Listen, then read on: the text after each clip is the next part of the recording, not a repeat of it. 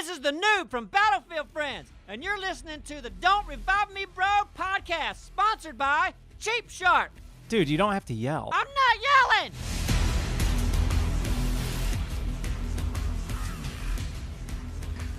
What is up, guys? It's Red Dragons here with the DRMB Roundtable. We have a bunch of guys from DRMB and a very special guest. We've got Darren, Justin, Matthew, and Joel, and our special guest today, the man, the myth, the legend, LevelCap. Oh boy, build me up like that. So the only one we're missing is Jason, but it's football season, and you just can't take a Texan away from football. He's busy screaming at his TV and throwing things. It's pretty embarrassing. So he's not on today. But what we're going to talk about is the buzzword of the month, Netcode. What it is, what it's affecting, how we can fix it. So I guess this all started, Level made a really good video called BF4 Launch Woes, Netcode Must Change. It blew up on YouTube. A bunch of people had a solid debate, I thought, especially on Reddit. I was checking out both the pros and cons for it. Can you kind of explain what Netcode is and why we're seeing the issues with it? Yeah, and this is something that I'm sure infuriates a lot of programmers when I'm like, the netcode's bad, and they're just like, it's not just netcode, it's all this stuff.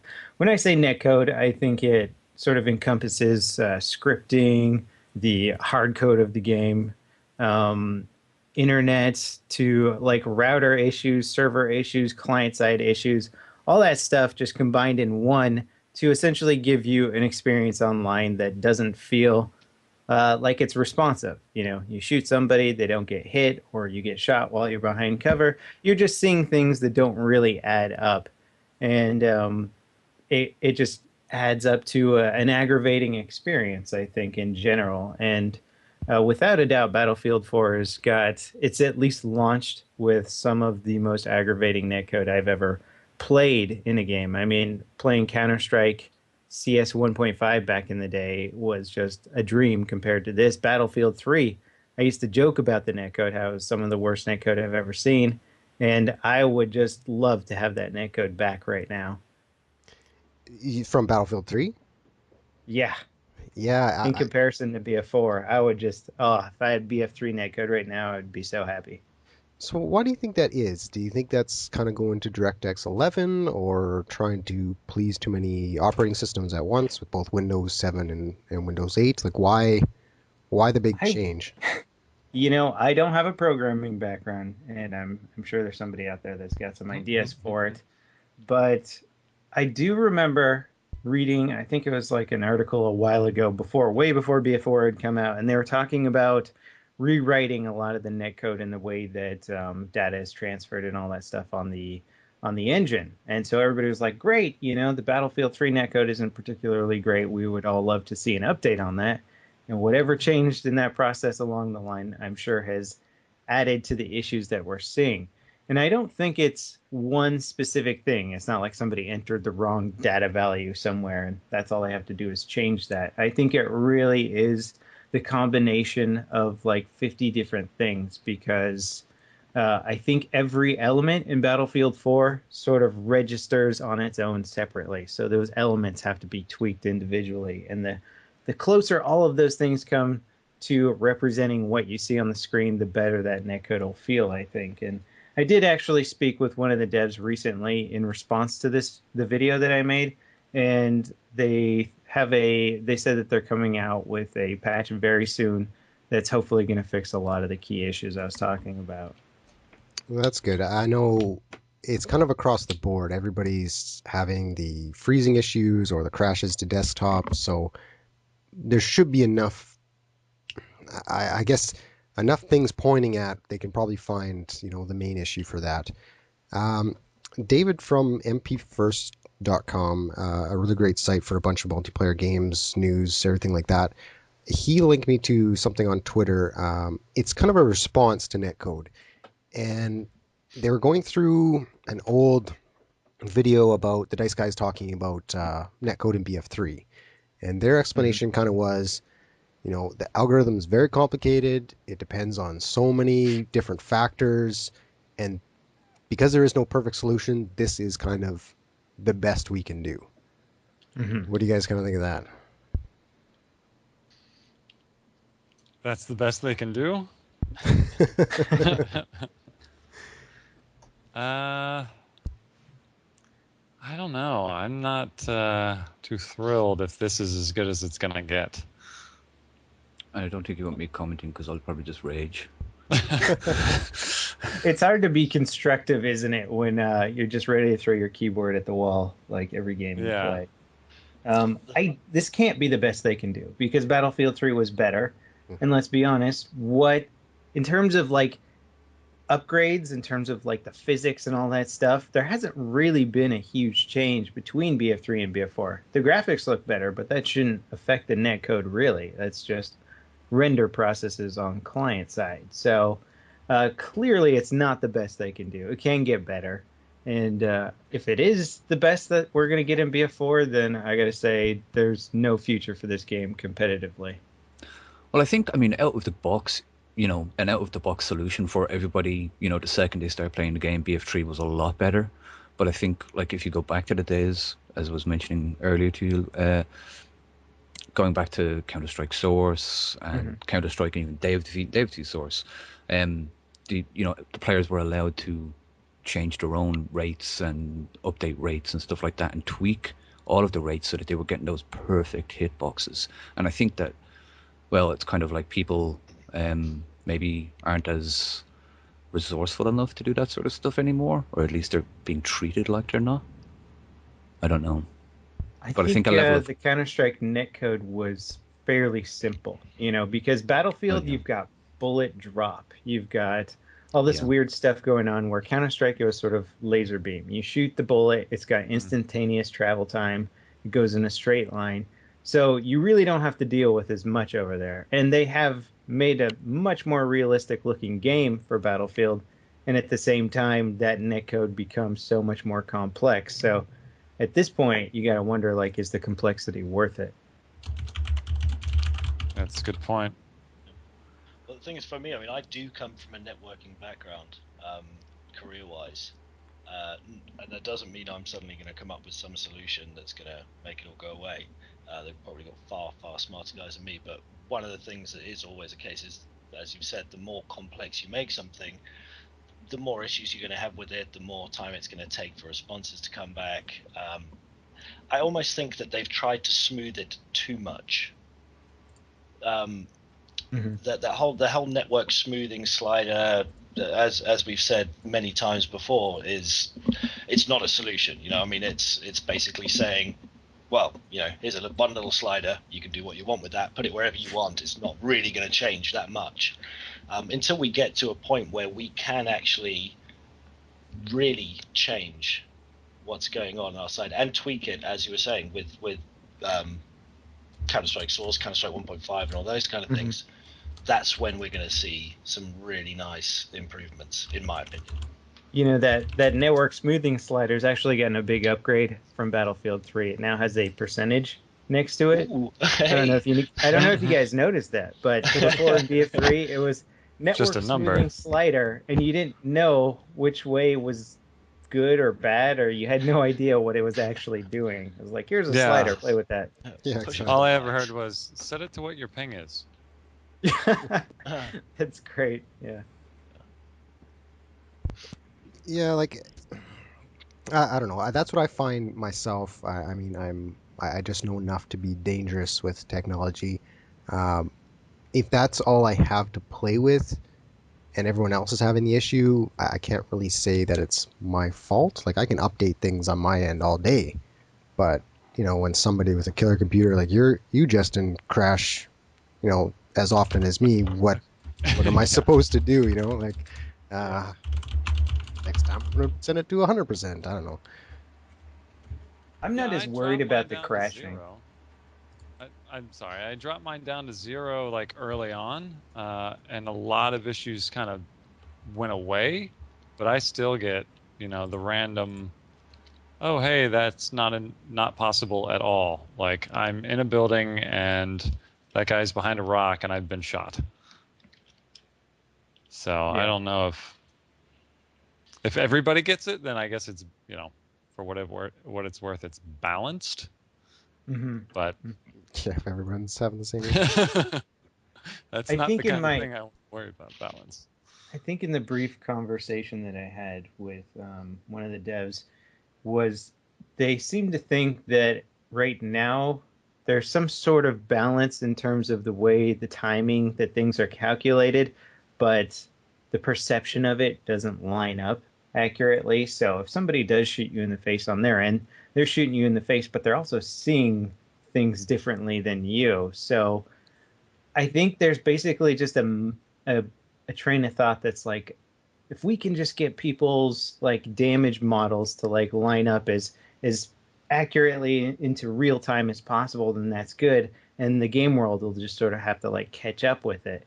And I would much rather have something that looks accurate on the screen, even if there is a millisecond delay between somebody shooting at you and getting hit, that sort of thing. And I think that's much more how Battlefield 3 was coded. Like, I remember dying a lot in BF3 when on screen it looked like I had put about 2 to 3 rounds into that person, but it was just so last minute that it didn't register those hits on them. And it was a little aggravating, but nowhere near as aggravating as I'm experiencing in BF4. And the funniest thing I notice in BF4 is sometimes I'll die while shooting, about a second will go by, and then the guy that killed me dies.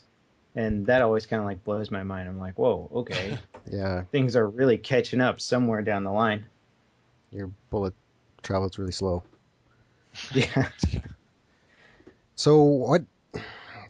Obviously, this is on their end, and you would have to think server end because there's so many different variables with everybody's computers and internet and everything like that. Have you guys seen it get any better? We're on R7 or R8 right now for the R7. servers. R7, yeah. Have you guys seen it get any better? I haven't. Lono has. You know, yeah, I would say the servers don't crash as much That's true. anymore.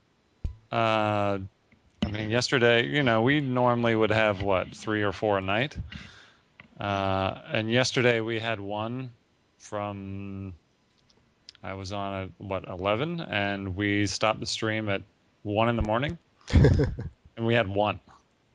Yeah. So Yeah. that's vastly improved. My own personal crashes, however, have not.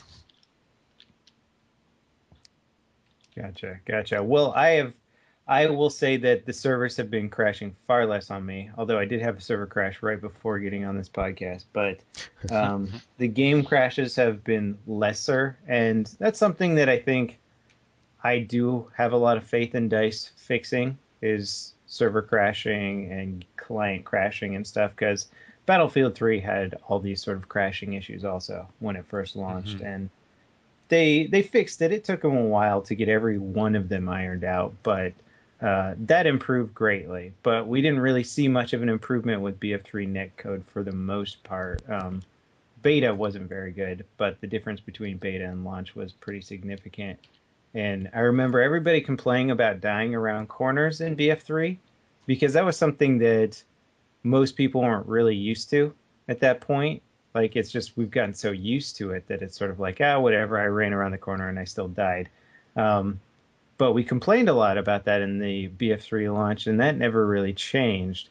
So I will say I know the devs are working on trying to improve the netcode, but I'm also slightly worried that nothing's going to happen in terms of, not that they're not going to try and fix it, but that their fix won't actually change it enough. It's just one thing that's just not possible to fix. Mm-hmm.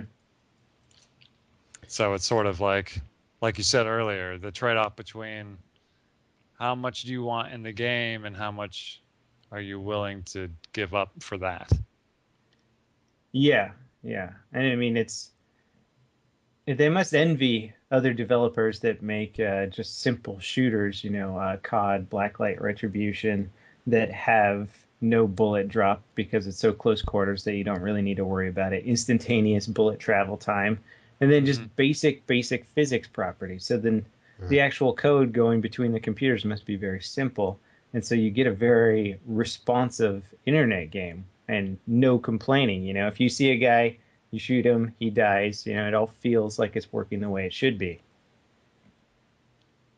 Yeah, that's what I'm kind of worried about is, there's so much going on and they reach so high. Um, like you'd be hard pressed to find another multiplayer game with this much Mm-hmm. action and, giant buildings falling and everything like that. So I just the sheer amount of code and, like where do you start looking? Demise kind of jumps in to our Twitter conversations every once in a while, and he said, we have our top guys working on it and everything, but I mean, BF3 it had to be 3 months before it was fixed, I'm pretty sure. So, Mm-hmm. how long do we wait? Now, that being said, I mean, I play the shit out of BF4, so maybe it's not as So bad. do I. Well, and if you think about it, though, I mean, to me, they're not. I don't think the gamers are asking for anything more than what they had in Bad Company 2, right? Mm-hmm. So I agree with you guys. I mean, I think it's, how much do you ramp it up and trade off the quality of the product, right? I think it comes down to being competitive, like since Bad Company 2, DICE has decided that, like, hey, Battlefield's no longer going to be this sort of interesting little shooter that some people play. It's going to be a top competitive shooter. So to get there, they got to implement all this stuff that looks amazing and is easy to market. It's like the AC-130 complex. It looks awesome. Like when you see it in trailers and all this stuff, the actual gameplay side of it sucks, but it markets the game really well. Yeah. So yeah, I mean, I guess they're trying to compete with COD by saying, "Hey, we've got all this stuff, only in Battlefield is their little marketing slogan now."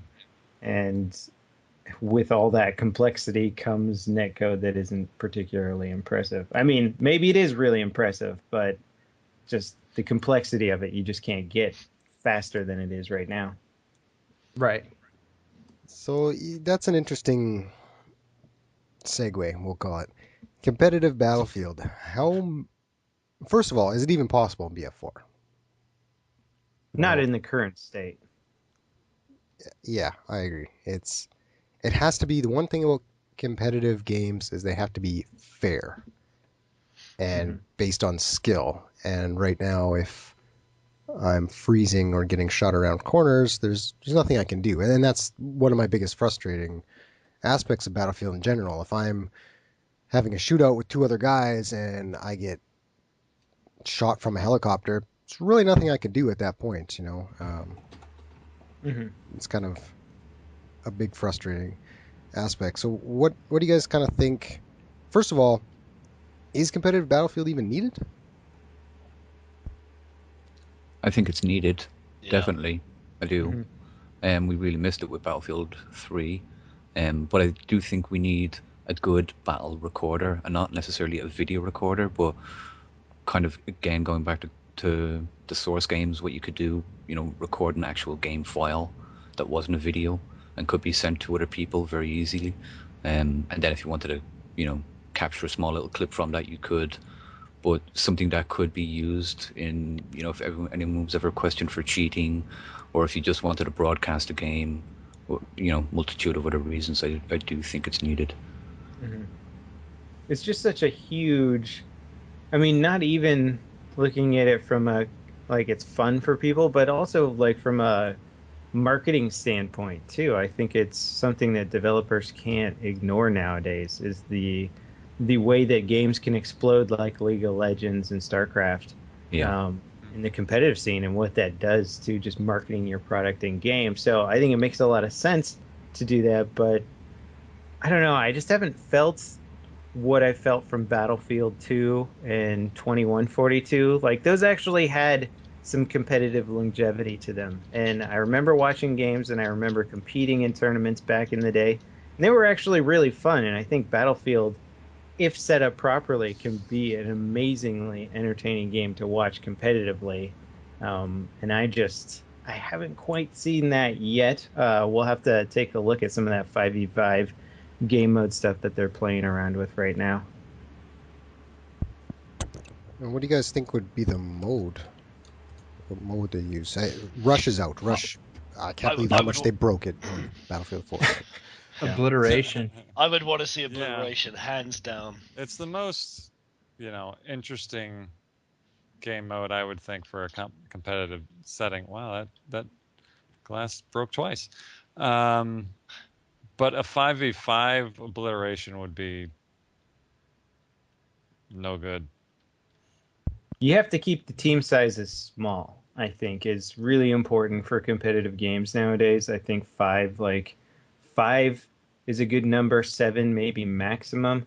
Because for a competitive environment, you want to sort of learn the players, you want to learn their names, you want to know who's who, who's doing what. Mhm. And if you start getting big with 16-player teams and 20-player teams, I think you sort of run into the generic just team feeling, and you don't get these superstars that come out of teams. And that's something that I think everybody enjoyed. That from watching current competitive esports and stuff, that's something that definitely people focus on is the individual players and their skill set. And as soon as you get really large with Battlefield, if you did a 32v32, like it would just be kind of I don't know how you would focus on those individuals.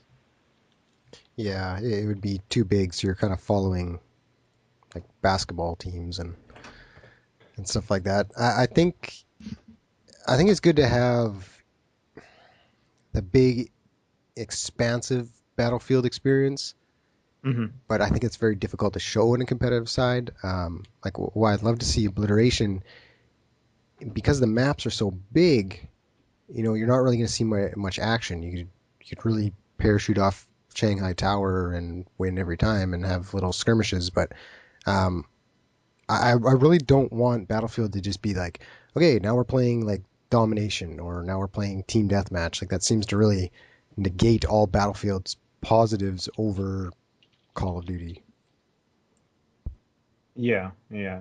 And I think Rush, if it was handled properly, could be one of the more entertaining games because I was playing it competitively for a little while in BF3, and the biggest problem was that there was a lot of stalemates. Like certain MCOMs were really hard to take, and so Yeah. both teams would get that far and then they wouldn't get any further. So you just have all these tie games. And that was kind of the big flaw with it. So you need a factor to get rid of the stalemate or the tie game aspect. But for smaller teams, it really was fun, especially if 5v5s. You could break up one squad into three guys, one squad into two. You separate out, you're trying all these flanking maneuvers. And you could actually watch it from overhead and from different players' perspectives and see the tactics that were going on. And I thought it was a great format, and it kept the action kind of focused also.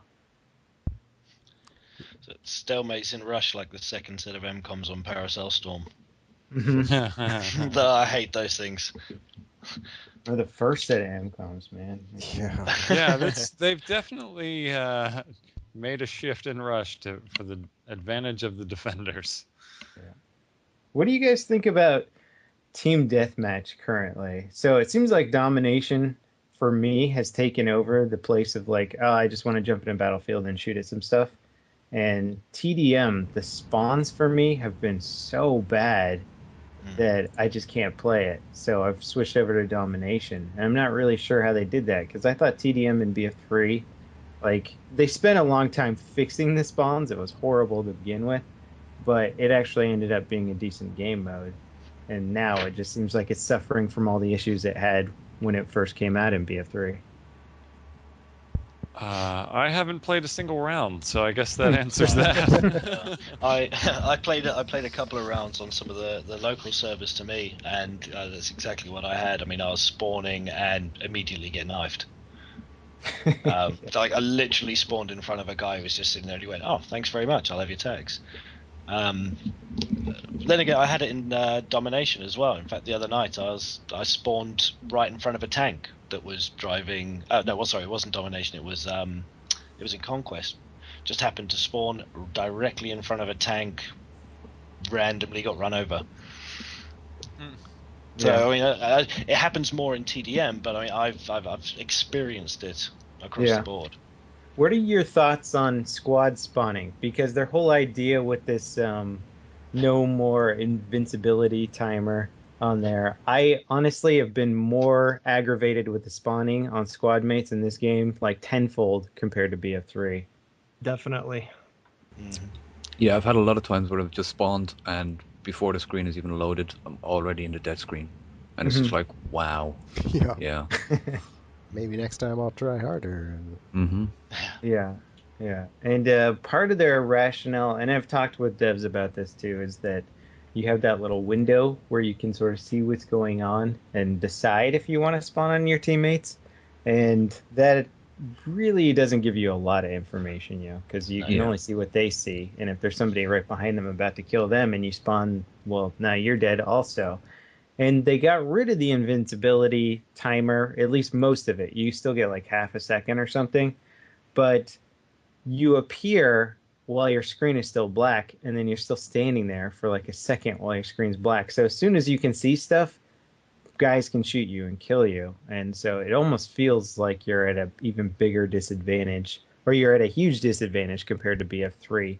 Now I don't know. I would certainly take back that BF3 squad spawning where you kill one guy just as somebody spawns on him, and then that guy's invincible and you waste your mag and you're like, oh crap, and he kills you, and it's kind of aggravating. But the consistency of how frequently that happened compared to how frequently I'm spawning and dying on squad mates is like, it's a huge difference, and I would much rather have the BF3 system back or something similar to it.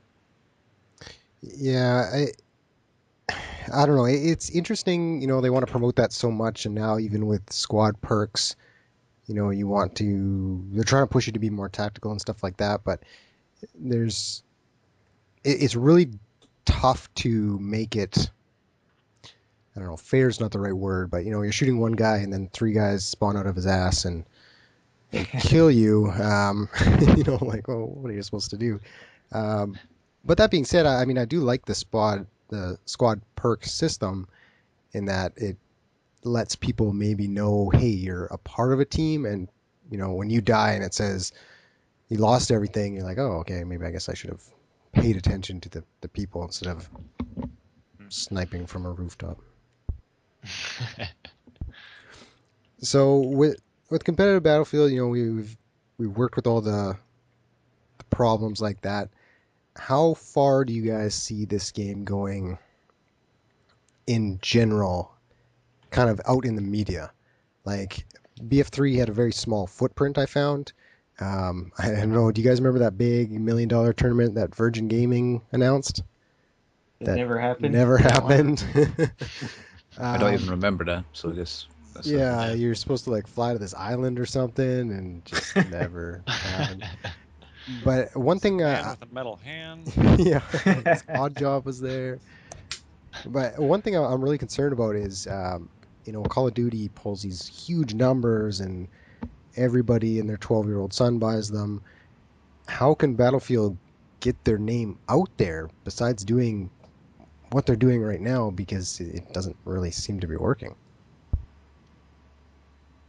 It's a different beast, I think. COD has got a shelf life of what, a year till the next game comes out. Yeah. And I Yeah. find that halfway through the year, people are already kind of tired with watching COD stuff or learning about COD stuff. Having spoken with a lot of COD YouTubers who are really familiar with, like, how well their videos do, everything just sort of declines very fast with it. But they definitely have a huge competitive scene if you compare it to Battlefield. They are the game to go to. They have console tournaments. They're big. They're televised. People know the big teams, and that's something that Battlefield definitely has to get into if they want to increase the longevity of their game. Now, BF3 had a pretty good shelf life. Like I'm still enjoying Battlefield 3 2 years later after it was launched. So I think it holds up really well just because of the versatility of the game. Because if you think about it, Battlefield it's not just a shooter, it's a vehicle simulator also. And the difference between playing a game of infantry only rush to giant conquest vehicle battles is huge. It's an entirely different game, and some people don't even like to venture out into the vehicle aspect of it. So Yeah. I think the fact that you have so much variety of things that you can do in the game gives it a much longer shelf life. And especially now that you've got billions of attachments and tons of guns and all this stuff that's going to take you forever to unlock, again, adds to that longevity of the game. Yeah, that's a good point. They've really stepped up their game as far as options. Like you can really do anything. You can be prone in a bush and snipe. You can, be a chopper whore. There's a lot of things that if you're not good at everything, you could be good at that. So I think it's a little bit more accessible that way. Yeah. And customization too. If you want a penis swastika as your emblem now, go ahead. So, expression, Sadly. man. That's what it's about. Yeah. Sadly, least they so didn't many people put, seem to choose the same one. Yeah, they didn't put the text in, at least. Yeah. You can get a gold battle pack with a custom portrait for some reason. Yeah, or a slim Yeah. jim. So that if Slim- somebody ever 30 looks at your Slim Jims. battle log profile, they can be amazed. Yeah. Yes. I'll tell you that- the one thing from the battle packs that I absolutely love it, and I don't care if it doesn't really add anything to my gun. I love the Predator tri-beam laser. Yeah. I just, you feel badass. I don't care. You can put it on a pistol, and you would feel amazing with it. You'd feel like you can take on anyone. I love it. So if you look at the stream, you can see I'm rocking it on my 240. Nice. Yeah, so that's a good start. I think we've kind of talked about a lot of the as my son runs into the room yelling, talked about a lot of the problems that we're facing and all that. And I'd like to kind of revisit this in a month and see how far they've come. I'm a little concerned we haven't seen a big patch yet. I guess it is better to fix it fix it right the first time instead of just rolling out patches. But I would like to see like, hey, we're going to try this. And it doesn't work. Okay, we're going back to the other one just to know, because that's the biggest enemy to any game is sitting there in silence and not saying that we're working on it. And, Demise works hard, but when he says he's going on vacation, people get all antsy and start flipping out. They are working on it to try and put anybody who's watching this. Like, I literally it was about 2 days ago, I had a conversation with a dev, and they said they weren't planning on it, but they just recently decided that they're going to sneak some netcode updates into their latest client-side patch. And he couldn't give me a release date for the client-side patch, but it's basically as soon as it's ready. And so it could be a few days, it could be a week. I'm not sure. Mm-hmm. That's good. I hope it's before China Rising comes out. I'd hate to see them trying to promote, hey, buy more stuff before it's 100% playable. Lag out on new maps. Yeah. Right. Revolutionize It'll yourself. look pretty right before it crashes. So yeah, kind of on the lighter side, have you guys seen anything really interesting? Any little tips in game? One thing I've just found out today, that when you're in the spawn screen and you haven't spawned in yet, your XP boosts don't run. So I thought that was kind of neat. You're actually, when your feet are on the ground, that's the only time it runs. Have you guys seen any interesting things? That's cool. I'm upset that I've never gotten a 200 times XP boost. I see these people running around with them. I'm like, where's mine? There's somebody in 4 of this them. chat right now that is. Yeah. Yeah, I've gotten 4 of them. Ah, I haven't seen one, dude. Got like 25% XP boost. Like, Yeah. The most annoying thing with the 200% XP boost, though, is if you made the mistake like I did, and I think Darren did as well, of putting one on early on when the server crashes were happening. I think we were both sitting on a map, the Conquest Large. We were both racked up ridiculous scores. I think somewhere we were, with the 200%, we were going to be sitting in the 70 to 80,000 points. Server crash. The hour-long match. All those points gone, and you've lost the time from your 200% So it's boost. just gone. Gone. Yeah, that's, So it's that's just like, an great. irritation. I want a refund. Yeah, I think I would have been nauseous. It was a little bit upsetting. I remember know it I was hit happening. rank 4 or 5 times playing this game because of the Yes. server crashes. Yeah. I was just like, come on.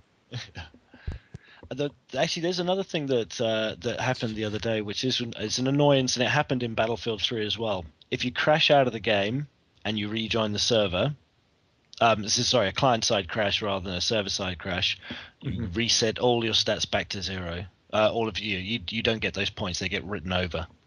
That's good information because I was thinking that would be the case. Yeah. So I had a really good round and it was like almost over and I crashed out of it. And I was like, I don't know if I want to take the risk of losing all those points. No, you rather want to stay out of it. I made that mistake and it cost me a bunch of points again. I So think I then finished it a round on changed. 900. So That's- it changed that's before. If you unfortunate. got back in, you got the points still. No, I didn't get the points still. No, yeah, we No, thought, that's- we thought it would work that way, but it doesn't. I We- think that was Bad yeah. Company 2 was the last Battlefield game where you could rejoin the server and it would remember your kills. Oh, that I was think. nice. Yeah. Yeah, Well, no, I remember that would happen there, but I thought I've played games. It might have just been in the beta where I got, client crash, got back in. At the end of the game, I got 30,000 points, but had 2 kills. It may be a case of you rejoined fast enough, because I was Yeah. irritated, so I went off and I made a cup of coffee and had a cigarette and came back 5 minutes later and rejoined, which, I wanted to be the ultimate guinea pig and test it for everyone else out of the goodness of my heart. But yeah, no, Appreciate I got back in and I sat there with my nice little 900 points at the end of the round where I was sitting on 15,000 or something beforehand, and I had a little quiet sob. So, if you get kicked, either stay out or try and get in as fast as you can. That's Good to know. advice. Good advice. It's nice. What do you that guys think about the grenades? I think we might have been talking about this pre-podcast, but what's your Yeah. favorite nade so far? Impact. Incendiary, despite it being useless. It's Yeah. so pretty. Look at all Just the And hit I've got, markers. I've got Nobody 250% accuracy with incendiary grenades. That feels good. yeah, Impact are my favorite. I'm looking forward to using more the flashbangs though. Haven't used Yeah. it yet. I hear they crash people's computers, so that's an interesting way of. Oh, Yeah. awesome. Killing them. I've been Flashbang using- launcher crashes me every time. I I killed somebody with a flashbang the other day, which felt really cool because I think it does like 4% damage or something really low. So I guess I hit him with it, and I was like, I killed him. Yes. Nice. little- To be honest, though, I think. Oh, sorry, carry on. I was just gonna say I was a little disappointed in the smoke grenades. They're small and they have a delayed effect. It's Adorable is the word I'm it looking is. for. It's very adorable. Yeah, Casper comes out, little ghost thing, and it's like lasts for 10 seconds, and Yeah. It's like a Throw all three of shrub, them really. down. It's a shrub. The one I use most though is the mini. Yes, those are It's stupidly good. They actually go a distance that you Yeah. assume you would be able to throw more than No. 10 foot. a Yeah. hand-sized ball. Yeah. Yeah, I like especially threading. I like threading windows on like those portable buildings. There'll be a sniper up at the top, and you can Yeah. throw 2 minis through there from pretty far away and just get the kill, and that's super rewarding. I'm actually having fun with the smoke. Depending on, situational use. But if you can get into like a choke point or a semi-choke point and throw them down and back up with infrared, you can basically have guys streaming into not being able to see and you mowing them down. Yeah. so infrared works through smoke. Yep. Well, looks like I'll have to change my rush mode out. I bet think you, if they had if the smoke plume was bigger and it lasted longer, then I think pretty much everybody would be checking smoke grenades like Yeah. crazy and using IRNV sites. Yeah. Yeah. Then it would be no fun. That's only fun because you get to do it to us. That's right. Nice. I think for me, the Operation Locker, those choke points, that's when I love that incendiary grenade the most. Hmm. It's just beautiful to catch 5 or 6 guys right outside one of those areas around C in those tunnels and just watch them all freak out and run while they burn. Or you Yeah. sit back and chuckle. I've been having a lot of luck with mini grenades there too. Not necessarily just for the kills, but say you're trying to push down a long hallway. You know, there's baddies at the other end. You got 5 guys on your team shooting down there, 5 guys at their team sort of peeking and shooting. You throw a grenade all the way down, they'll have to kind of back up a little ways. You start sprinting down the hallway, you time it, you chuck another grenade so they can't peek you again. And then by the time you're at the corner, they're sort of getting ready to re-engage, and you're actually there. You made it down the hall. So I found it really useful for sort of suppressing guys for a good period of time. Yeah, there's a really good GIF I seen on Reddit of some guy standing in a hallway and like 7 grenades being chucked at him, and he's couldn't run fast enough. But that's Did you Operation see Locker. that the surprise? I don't think you can swear on this podcast, can you? Oh yes, we can. You can? Okay, it's the surprise motherfucker thing that was on Reddit today, where there's that area in Operation Locker. It's subterranean, and all that smoke's kind of rising up, that steamy room. Mm-hmm. And this guy like sort of peeks around the corner. Nobody's there, and he goes to run down. And like within half a second, like 8 guys just like pop around the corner, and it's just like, surprise, motherfucker. Nice. I'm gonna put That that is in the good. chat right now. There is definitely some. That's the one map where you can turn the corner and it's like, oh, it's their whole team. Yeah. Yeah. Oops. And there's already 1,000 ticket instant respawn 24/7 Operation Locker servers going on. So it's the new Yeah. Metro. Well, saw that one, dude. I saw that one coming from the freaking trailers. Like, Yeah. that's gonna be a popular map. Yeah, well, as we kind of wind it down, I think we'll end on a happier note. I want to thank you guys for coming and having an open discussion where we're not just raging on Twitter, because I try and be more positive than not. I want Thanks for to. having me. Yeah, no problem. I want to. I want to do this again. Seriously, 1 month we'll do it again. We'll see what it's like, and we'll kind of go back and see how far they make it. Because I would really like to see some quicker action on their part, but I'm not gonna push yet. We're not gonna BF3 blackout or anything yet. But quick things before I go. We've got new forums on the site finally, so you guys can check that out.